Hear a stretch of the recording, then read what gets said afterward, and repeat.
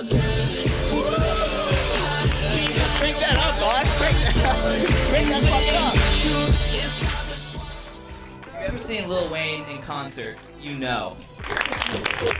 Yeah, I'm at first year, so they throw me to the sharks and make me go first. They weren't giving her diddly squat. I'm gonna be the only ghost floating around like maybe I did have something to live for. A little far, sorry. Molly finishes up her set and here goes nothing. Hey, that was pretty good. I'm thinking this comedy thing, I'm liking it more and more, I'm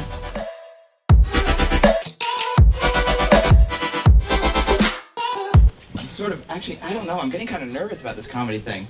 The more I think about it, it's kind of nerve-wracking being up here and not having anything to say. God, I don't know. What do? I don't know what to do. What's going on? Now I'm panicking. Now my face is getting it. What's going on? I don't know. Strip! We're Kevin Rudolph, dude. Yeah, I think we might have to go to music.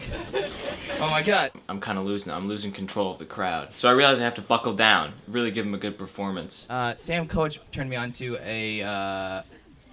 it's called Viceland, featuring little-known musician Barack Obama. He said he wrote material, but I'm not buying it. You wouldn't really know it's him. And then he starts talking. I think it's a 2012 convocation speech. I think it was the convocation. He did a convocation a while back. And my God, when that beat drops, I'm telling you folks, it is. We heard it in his Honda Fit, and oh my God. We were going crazy. We had just, of course, gone to Laguna Beach. So I realized that the crowd's getting a little cold, so I realized I have to tap into my clinical reserve and hit him with that Laguna Beach closer. For those of you who don't know, Laguna Beach is a beach in Laguna, and it's... My folks... God, it was sweltering that day. I can't even tell you how sweltering it was. I was sitting there, I was sweating, just sitting there. And I thought to myself, God, this is sweltering. This is pretty rough.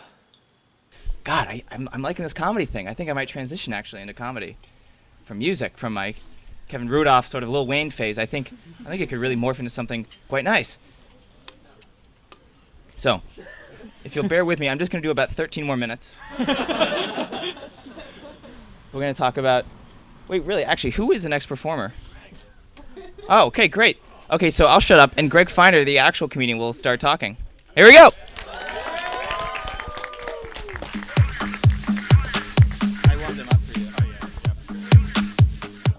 If anyone's seen Greg perform before, they know he has quite the commanding stage presence.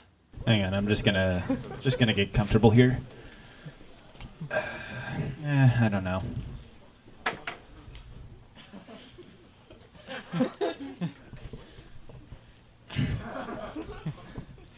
Yeah, okay. Nah, I'm just gonna... Yeah, there we go. No, I don't think so. I don't think that either. Hang on, let me try...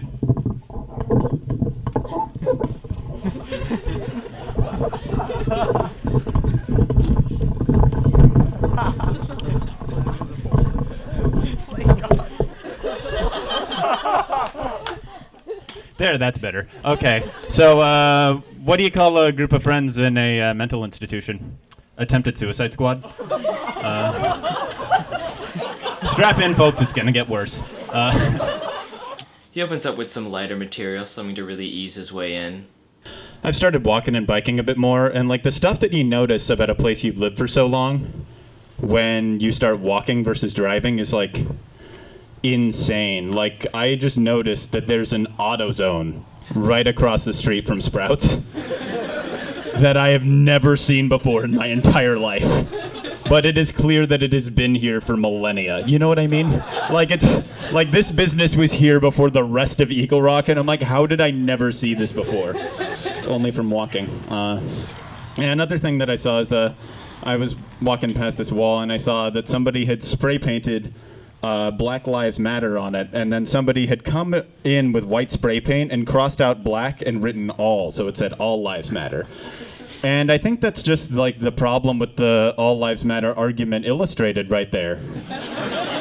Like if someone had to literally come along, cross out black, and then write all, so they're like, no, black lives don't matter. All lives matter. And of course it didn't help that they did it in white spray paint. But yeah, and also like what I also don't see is like nowhere else is that a valid counter argument, like for anything. Like if I go up to a friend of mine and I'm like, hey man, did you like Moonlight? And they're like, all movies are good. If anyone's qualified to talk about race politics in America, it's Greg Feiner. You know, like Facebook's suggested posts? The ones that are like shown to you and advertised to you based off of everything you've ever done on the internet? Well, for last year, for a while, I shit you not, there was one for a clinical depression research study that was in my newsfeed for 3.5 weeks. And what that says to me is Mark Zuckerberg's looked at all the things I've ever done on the internet and gone, hey man, you doing okay? And also, do you need money? And I'm like, no, and yes. And there goes Greg with the conspiracy theories again. I got a couple of other, like, just concepts and stuff that I'm going to read out now. Tell me if you think any of these are funny. Oh, yeah, like, you know animal balloons? Like party balloons? And you know how if you blow them up and don't tie them off at the end, that they kind of, like, and you release them, they kind of, like, fly all around the room making that noise until they land on something, just... I feel like that's what would happen to my penis if someone called me daddy during sex. Greg starts to wrap up his set, and I get a message from Kylie, our headliner, saying she can't make it. Looks like I'm going to have to stretch. Yep. That's all I got for now. Thanks.